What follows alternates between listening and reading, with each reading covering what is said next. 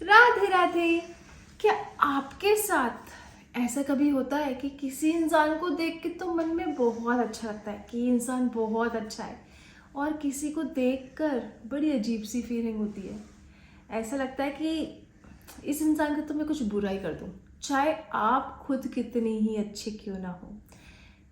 अगर आपके साथ ऐसा होता है तो इसके पीछे एक बहुत बड़ा साइकोलॉजिकल रीज़न है कि हम किसी एक पर्टिकुलर इंसान के बारे में कुछ गलत या कुछ अच्छा क्यों सोचते हैं। आइए इस बहुत बड़ी साइकोलॉजिकल प्रॉब्लम का हम एक छोटा सा आंसर ढूंढते हैं इस प्यारी सी कहानी से। कहानी को ध्यान से सुनिएगा, और अगर आपको ऐसी और कहानियाँ सुनने की इच्छा हो तो मेरे चैनल को सब्सक्राइब ज़रूर करिएगा, जिससे नई नई कहानियाँ आपके पास आती रहे नोटिफिकेशन में। बेल आइकन को ऑन करना मत भूलिएगा, क्योंकि उसी से तो नोटिफिकेशन आने वाले हैं। और इस कहानी को अपने फ्रेंड्स के साथ ज़रूर शेयर करिएगा। तो कहानी है एक राजा की। ये राजा एक बहुत बड़े राज्य में राज करते थे और बहुत अच्छे राजा थे। अपनी प्रजा का बहुत अच्छा सोचा करते थे, बहुत प्रतापी थे और बहुत ही अच्छे नेक दिल इंसान थे। अब ये राजा की एक सभा चल रही थी और सभा में राजा बैठकर सभी लोगों की प्रॉब्लम्स को सुन रहे थे। इनकी सभा में एक व्यापारी आता है। व्यापारी सभा में आता है और राजा से कुछ कहता नहीं है, पर राजा को उसे देखकर बहुत ही गलत वाली फीलिंग्स आती है। उसे लगता है कि मन ही मन राजा सोचता है कि मैं इस व्यापारी का सारा धन छीन लेता हूँ और इसका जितना भी सब कुछ है ना, सामान वामान व्यापार का सब कुछ हड़प लेता हूँ। अब व्यापारी वहाँ से चला गया। राजा ने ये जो मन में दूषित विचार आए थे, ये सोचकर बड़ा शुभ हुआ कि मैं तो अपनी सारी प्रजा का भला चाहता हूँ, फिर भला इस व्यापारी के लिए मेरे मन में इतने गलत विचार क्यों आए। और यही सवाल मन में लिए राजा अपने एक मंत्री को बुलाता है और उसे कहता है कि भाई, हमारे राज्य में ये जो व्यापारी आज आया था राज्यसभा में, इसको देखकर मेरे मन में बहुत गलत वाली फीलिंग्स आई है। तो क्या आप इसका रीज़न पता कर सकते हैं कि ऐसा मेरे मन में इसके बारे में क्यों आया। और मैं तो कभी किसी का बुरा चाहता ही नहीं हूँ, वो तो मेरी प्रजा है, उसके लिए मेरे मन में ऐसी फीलिंग्स क्यों आई। अब मंत्री बड़े समझदार थे। उन्होंने कहा कि महाराज, आप मुझे कुछ समय का इस चीज़ को, इस गुत्थी को सुलझाने के लिए कुछ समय दीजिए और मैं जल्द ही आपके पास इसका उत्तर लेकर आऊँगा। अब मंत्री वहाँ से चले गए और जाकर सीधे जो ये व्यापारी था, इस व्यापारी से जाकर मित्रता करी। मित्रता करते करते धीरे धीरे व्यापारी के बहुत अच्छे मित्र बन गए। एक दिन वो व्यापारी से कहते हैं कि मित्र, तुम्हारा तो इतना बढ़िया चंदन का कारोबार है, तुम्हारे पास इतनी बढ़िया क्वालिटी की चंदन है, राज्य में किसी के पास नहीं है और शायद दूर दूर तक किसी के पास भी नहीं होगी। तुम्हारा तो व्यापार खूब अच्छा चल रहा है, फिर भी तुम इतने चिंतित क्यों हो। तो व्यापारी कहता है कि मित्र, क्या बताऊं, मेरे पास जो क्वालिटी का चंदन है ना, वैसा चंदन इस पूरे के पूरे राज्य में तो क्या, दूर दूर तक राज्यों में नहीं है।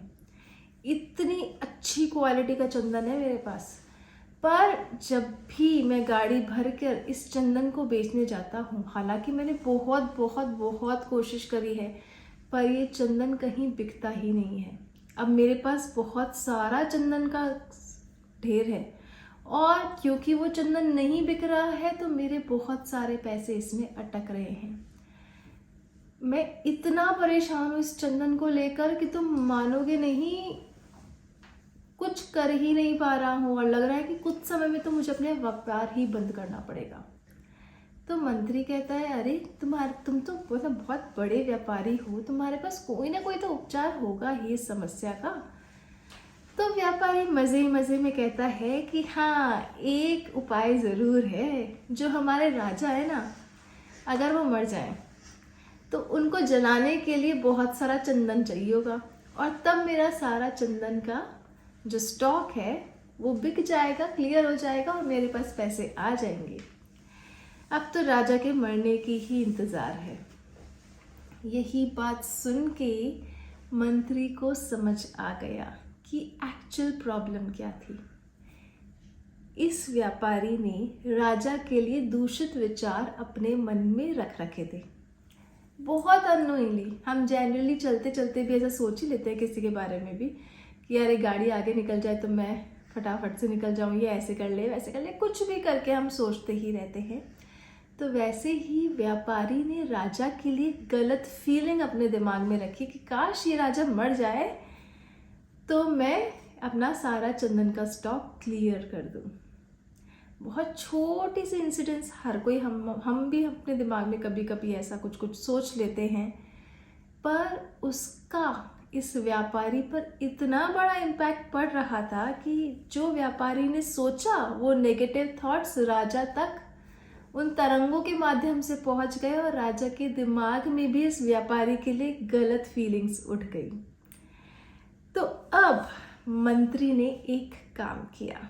मंत्री ने एक युक्ति लगाई और कहा कि मित्र, मैंने तुम्हारे इस चंदन की राजदरबार में बात करी थी और जो राजा का रसोइया है उसे ये चंदन चाहिए, क्योंकि ये बहुत ही अच्छी किस्म का चंदन है और राजा का खाना अगर इस चंदन की लकड़ी से बनेगा तो राजा को तो बहुत स्वादिष्ट खाना खाने को मिलेगा। इसलिए तुम रोज 40 किलो लकड़ी राजा के रसोइये के पास दे आया करो और तुम्हें उसका मूल्य भी हाथों हाथ ही मिल जाएगा। ये सुन के व्यापारी बहुत खुश हो गया।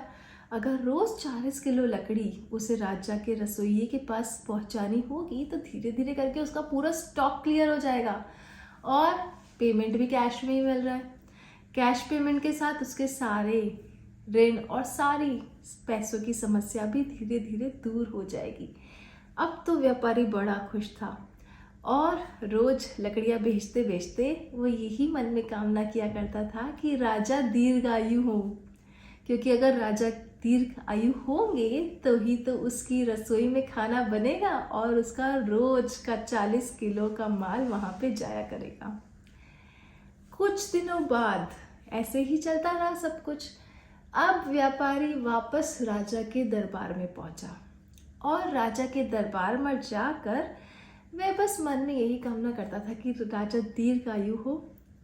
अब उसकी यही पॉजिटिव फ्रीक्वेंसी वाली तरंगे राजा के मस्तिष्क में पहुंची और राजा के मन में भी ऐसा विचार आया कि इस व्यापारी को आज कुछ ना कुछ तो पुरस्कार देना ही चाहिए।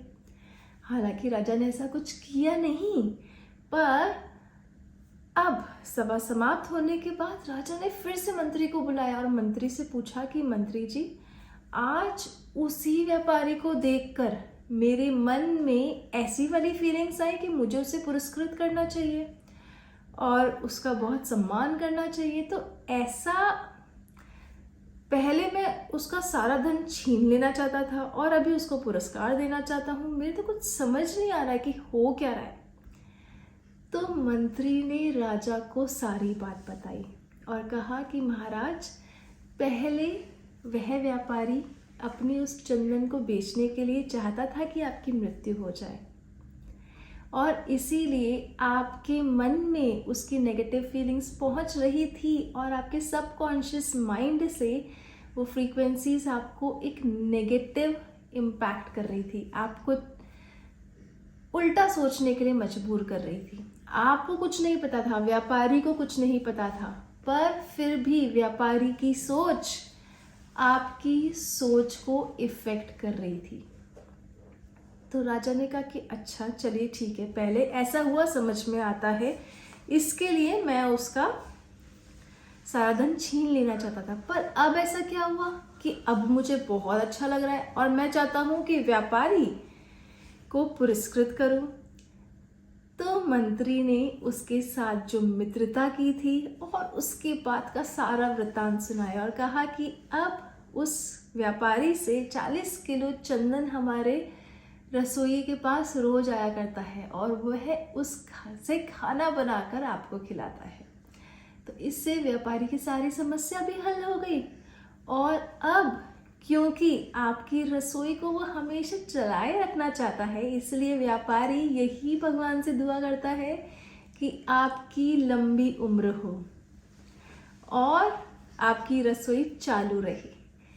इसीलिए वह बहुत खुश था और आपके पास आकर आपको धन्यवाद देना चाहता था। राजा के अब पूरी बात समझ में आ गई।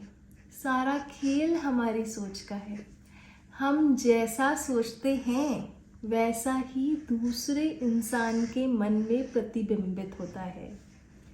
कुछ कुछ हमारे कर्म फल भी होते हैं और बहुत सारी अदर चीज़ें भी होती हैं, पर किसी भी अननोन इंसान से अगर आपको अपना कोई काम निकलवाना है तो उसके बारे में सकारात्मक रहिए और अच्छी सोच के साथ उसके पास जाइए कि आज यह बहुत ही अच्छा व्यक्ति मेरे काम को पूरा करवा ही देगा। अगर इस सकारात्मक सोच के साथ हम किसी काम को करेंगे तो हम उस कार्य में सफल ज़रूर होंगे। इसलिए हमेशा सकारात्मक रहिए और अच्छे विचार अपने मन में रखिए, क्योंकि हमारे विचार ही दूसरे इंसान में प्रतिबिंबित हो जाते हैं। राधे राधे।